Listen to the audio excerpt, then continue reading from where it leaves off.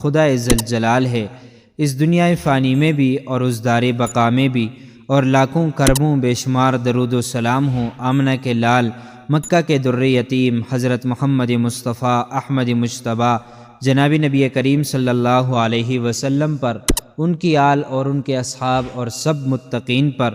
پیارے بھائیوں، میری ماؤں اور بہنوں، آج کی ویڈیو میں ہم بہت ہی ضروری ٹاپک پر بات کریں گے، اس لیے ویڈیو کو آخر تک ضرور دیکھیں اور اپنے پیاروں کے ساتھ بھی شیئر کیجیے۔ ویڈیو شروع کرنے سے پہلے آپ سے چھوٹی سی درخواست ہے کہ ویڈیو کو لائک شیئر کیجیے، کمنٹ میں اپنی رائے کا اظہار کیجیے، اور اگر چینل پر پہلی بار حاضری ہوئی ہے تو چینل کو سبسکرائب کر کے بیل کے آئیکن پر کلک کریں۔ محترم ناظرین، حضرت انس رضی اللہ عنہ فرماتے ہیں کہ نبی پاک صلی اللہ علیہ وسلم جب مدینہ تشریف لائے تو اس زمانے میں اہل مدینہ نے 2 دن مقرر کر کے رکھے تھے جن میں وہ خوشیاں مناتے، کھیل تماشے کرتے تھے۔ آپ نے لوگوں سے پوچھا، یہ 2 دن کیسے ہیں؟ صحابہ اکرام رضی اللہ عنہم نے عرض کیا کہ ان ایام میں ہم لوگ عہد جاہلیت کے اندر خوشیاں مناتے اور کھیلتے۔ رسول اللہ صلی اللہ علیہ وسلم نے فرمایا، اللہ تعالیٰ نے تمہارے ان دنوں کو 2 بہترین دنوں میں تبدیل فرمایا ہے، یعنی عید الاضحیٰ اور عید الفطر۔ رواہ ابو داؤد۔ پہلے انبیاء کی امتیں بھی کسی نہ کسی شکل میں عید منایا کرتی تھی۔ آدم علیہ السلام کی امت اس دن عید مناتی تھی جس دن حضرت آدم علیہ السلام کی توبہ قبول ہوئی۔ حضرت ابراہیم علیہ السلام کی امت اس دن عید مناتی تھی جس دن حضرت ابراہیم علیہ السلام نمرود کی آگ سے نجات ملی۔ حضرت یونس علیہ السلام کی قوم اس دن عید مناتی تھی جس دن حضرت یونس علیہ السلام نے مچھلی کے پیٹ سے نجات پائی۔ حضرت عیسیٰ علیہ السلام کی قوم اس روز عید مناتی تھی جس دن آسمان سے مائدہ نازل ہوا تھا۔ اہل عرب سال میں مختلف تہوار مناتے تھے جن میں شراب نوشی، جوا، شعر و شاعری، رقص و سرور کی محفلیں سجائی جاتی تھی۔ یہ اسلام کا فیضان ہے کہ اس نے مسلمانوں کی خوشیاں منانے کو ایک پاکیزہ سانچے میں ڈال دیا ہے۔ عید الفطر کا دن ہر مسلمان کے لیے خوشی اور مسرت کا دن ہوتا ہے، لیکن بازار کی چہل پہل، گہما گہمی، بچوں کا کھیل کود، کھانے پینے کے سارا دن VCR اور ٹی وی دیکھ کر، اونچی آواز میں گانے سن کر اور دیگر غیر شرعی تفریحات میں مشغول ہو کر عید کی حقیقی خوشی ہرگز حاصل نہیں کی جا سکتی۔ اللہ تعالیٰ نے عید کی حقیقی خوشی عطا فرمانے سے پہلے رمضان کے روزے فرض کیے، 1 ماہ تک دن بھر کھانے پینے سے روکا، نفس کی مخصوص خواہشات پورا کرنے سے منع کر دیا، اور مقصد بتایا، لعلکم تتقون، تاکہ تم پرہیزگار ہو جاؤ۔ جب اللہ تعالیٰ کے حکم کو اس کے حقوق و آداب کے ساتھ پورا کر دیا تو روزہ دار کے دل میں نور تقویٰ پیدا ہو گیا۔ اسی عظیم نعمت کا شکر ادا کرنے کے لیے مسلمان عظیم اجتماع کے ساتھ 2 رکعت نماز عید پڑھ کر شکر خداوندی ادا کرتا ہے۔ غرباء کو صدقہ فطر ادا کر کے اپنے روزے کی کوتاہیوں کو مٹانے کے ساتھ ساتھ ان محتاج افراد کو بھی عید کی خوشیوں میں شریک کرتا ہے۔ اس حقیقی خوشی کا لطف وہی خوش نصیب روزہ دار جانتے ہیں جنہیں اللہ تعالیٰ نے رمضان کے مکمل روزے رکھنے کی توفیق عطا فرمائی۔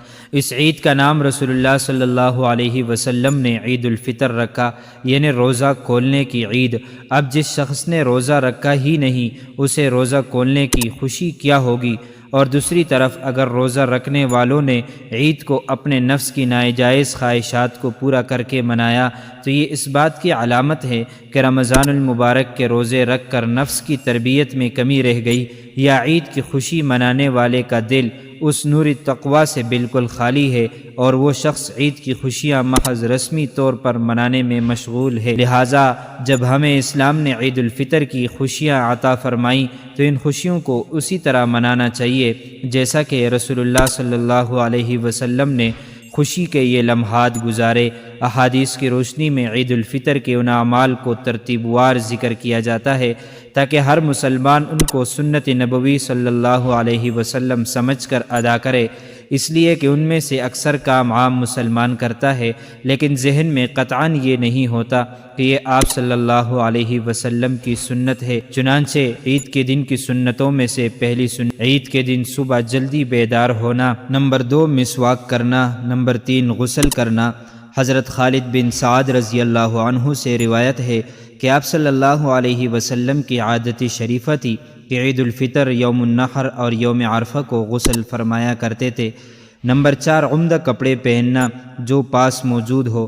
رسول اللہ صلی اللہ علیہ وسلم عید کے دن خوبصورت اور عمدہ لباس زیب تن فرماتے۔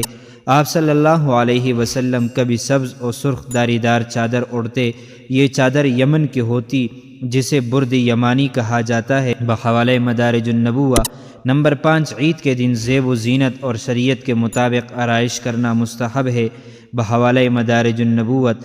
حضرت مولانا اشرف علی تھانوی صاحب رحمۃ اللہ علیہ فرماتے ہیں، لوگ کپڑوں کا بہت اہتمام کرتے ہیں، حتیٰ کہ بعض قرض لے کر نئے کپڑے بنواتے ہیں، بعض مستعار ادار مانگ کر پہنتے ہیں۔ اس کی بھی کوئی اصل نہیں ہے، بلکہ سنت یہ ہے کہ ہر شخص کے پاس موجود کپڑے ان میں سے جو اچھے ہیں وہ پہنے، بحوالہ زوال السنہ عن اعمال السنہ، صفحہ نمبر 23۔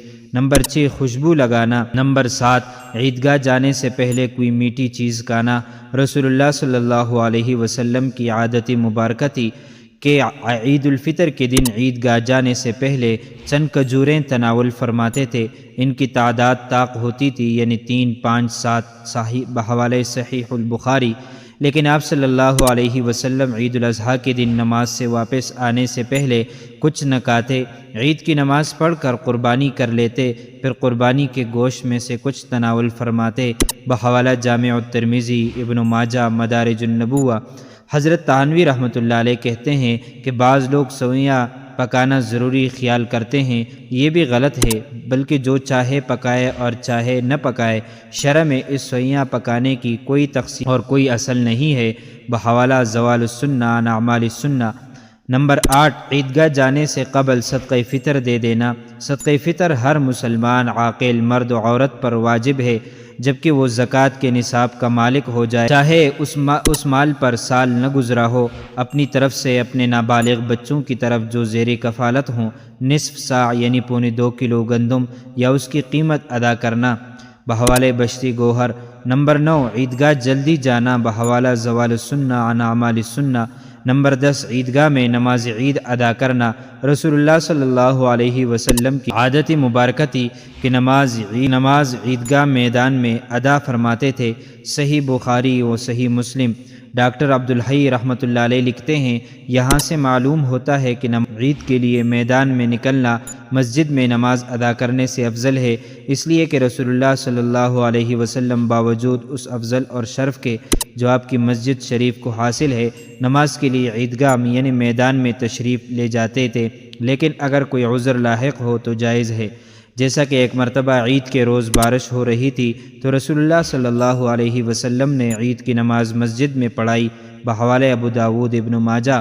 نمبر 11، رسول اکرم صلی اللہ علیہ وسلم جس راستے سے عیدگاہ تشریف لے جاتے تھے اس سے واپس تشریف نہ لاتے، بلکہ دوسرے راستے سے تشریف لاتے، بخاری و ترمذی۔ رسول اکرم صلی اللہ علیہ وسلم عیدگاہ تک پیدل تشریف لے جاتے، بحوالہ سنن ابن ماجہ و ترمذی۔ اس پر عمل کرنا سنت ہے، بعض علماء نے مستحب کہا ہے۔ رسول اکرم صلی اللہ علیہ وسلم نماز عید الفطر میں تاخیر فرماتے اور نماز عید الاضحیٰ کو جلد ادا فرماتے تھے، بحوالہ مشکات باب الصلاۃ۔ نمبر 14، عید الفطر میں راستے میں چلتے وقت آہستہ تکبیر کہنا مسنون ہے۔ عید الاضحیٰ میں بآواز بلند کہنا چاہیے۔ تکبیر کے کلمات یہ ہیں: اللہ اکبر، اللہ اکبر، لا الہ الا اللہ، واللہ اکبر، اللہ اکبر وللہ الحمد۔ حضرت تھانوی رحمۃ اللہ علیہ لکھتے ہیں، یہ بات عام ہے کہ نماز عید کے بعد آپس میں مصافحہ معانقہ کرتے ہیں اور اس کو ضروری خیال کرتے ہیں، یہ بالکل بدعت ہے۔ ہاں، جو لوگ باہر سے آتے ہیں اگر ان سے بوجہ ملاقات اور دنوں کی طرح اس روز بھی معانقہ یا مصافحہ کیا جائے کوئی حرج نہیں ہے۔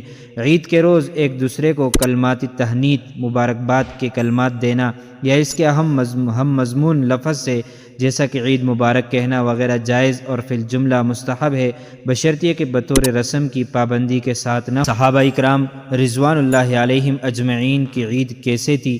حضرت عمر رضی اللہ عنہ نے اپنے بیٹے کو عید کے دن دیکھا، اس کی قمیض پرانی تھی تو رو پڑے۔ اس نے کہا آپ کیوں روتے ہیں؟ فرمایا اے بیٹا مجھے خطرہ ہے عید کے دن تیرا دل ٹوٹ جائے گا جب بچے تمہیں یہ پرانی قمیض پہنے دیکھیں گے۔